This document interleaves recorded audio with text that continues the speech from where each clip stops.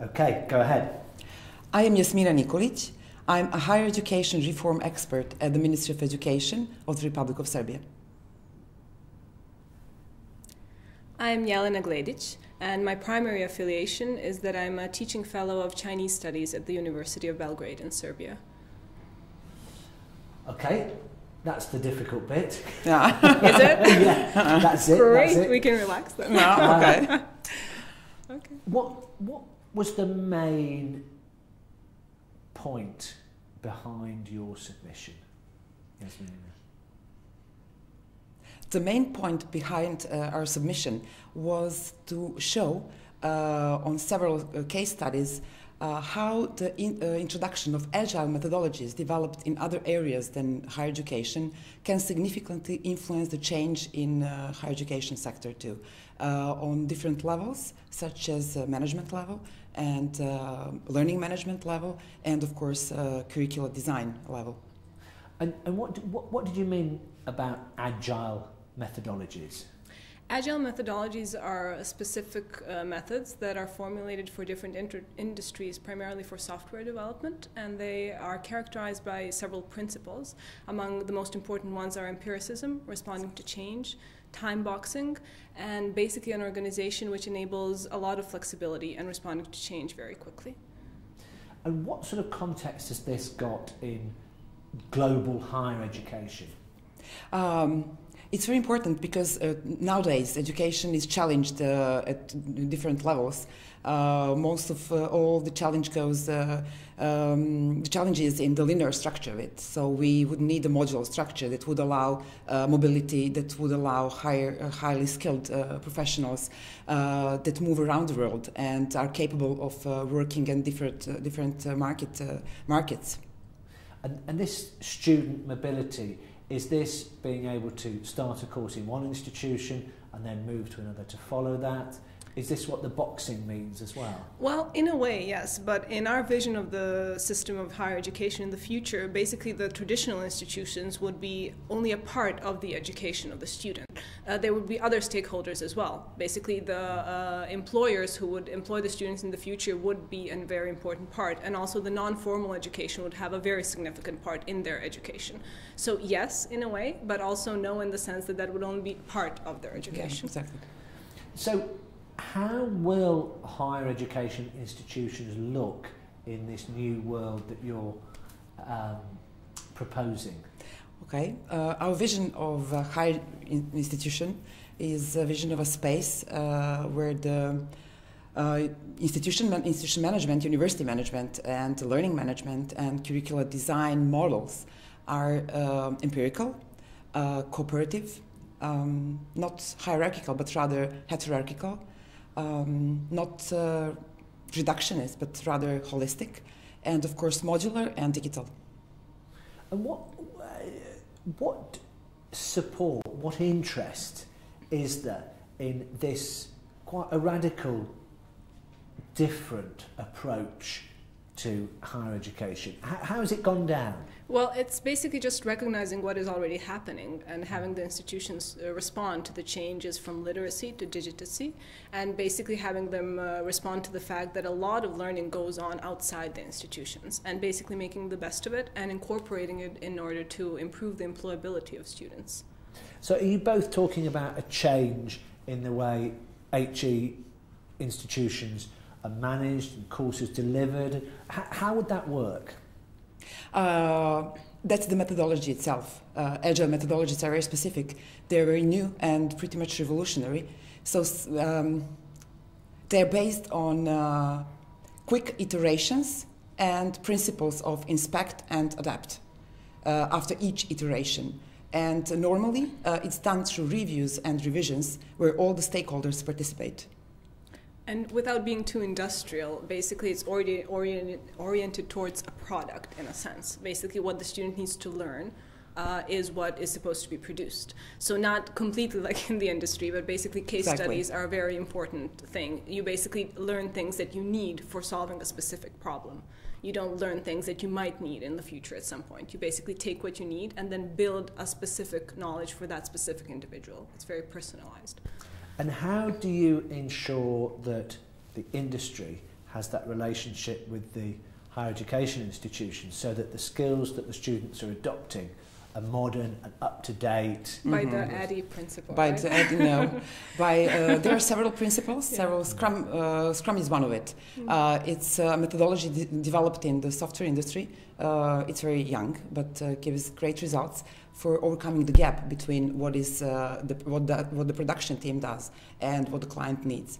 So in our case, employers, enterprises would be clients, and they would participate in a sort of a cross-functional teams, exactly as we have it today in software development, or even in bigger companies such as Toyota Production Systems or so on.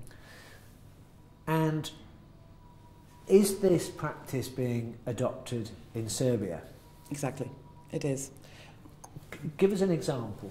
An example is a complex project at the national level, which is a higher education project of reforming foreign language studies in Serbia. And it includes all the stakeholders, employers included. We use different methodologies for different areas, such as Kanban for work organization, then Scrum for developing a curricula, and some other like Open Space or World Cafe.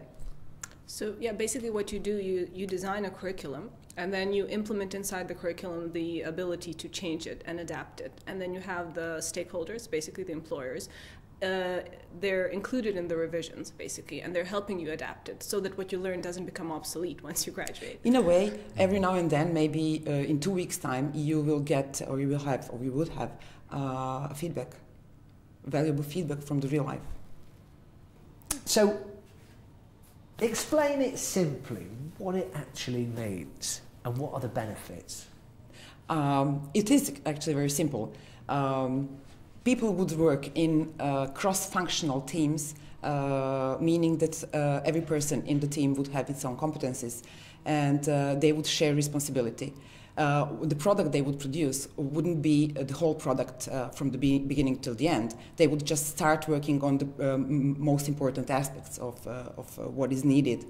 And at the end of the first sprint, they call it, or the first time box or time envisioned for the first outcome, they would invite all the stakeholders to discuss what has been made by that time, and they would get the feedback. They would answer 3 simple questions like what we did, what was wrong, what was good, and what we are going to do next.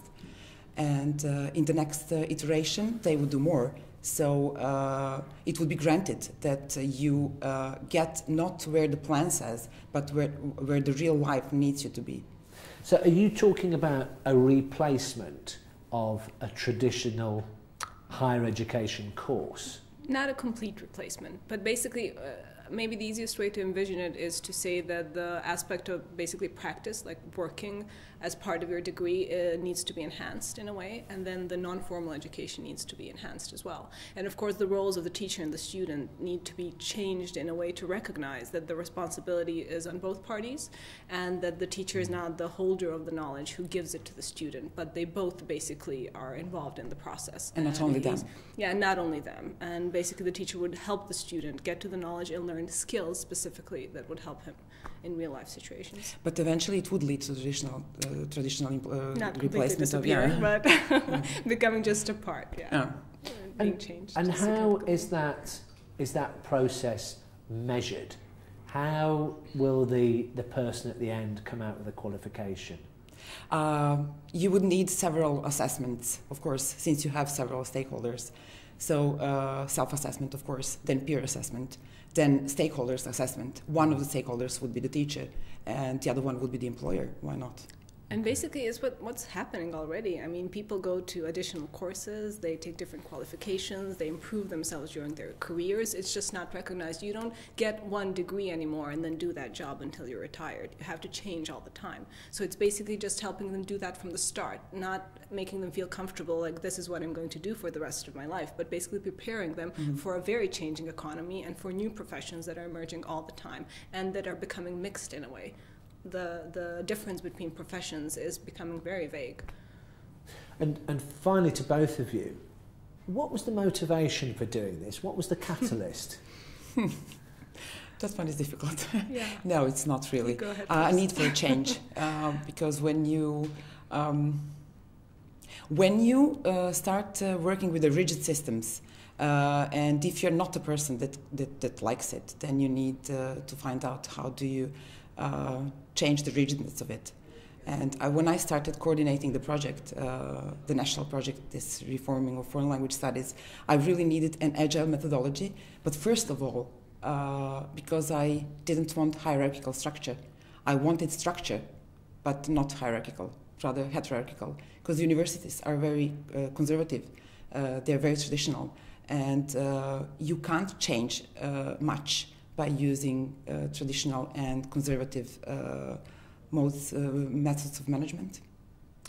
As for me, it kind of came naturally, basically through working with both high school students and university students. Once I started teaching, I realized I wanted to keep them interested all the time, but they were bored. So you needed basically to see what goes on in their lives beyond the classroom and basically to include that in the teaching. So I started including it, and then I started reading, and I started talking to Jasmina and realized that's it. I mean, those are those methodologies. I became someone who is using something naturally that already exists, so then why not try and see if it has a wider context as well? I mean, it's easy. It has to be empirical, because if you don't have the real time or real life cases in your curricula, you don't have... if it's disconnected from reality, what are you doing? That's perfect. That's nice.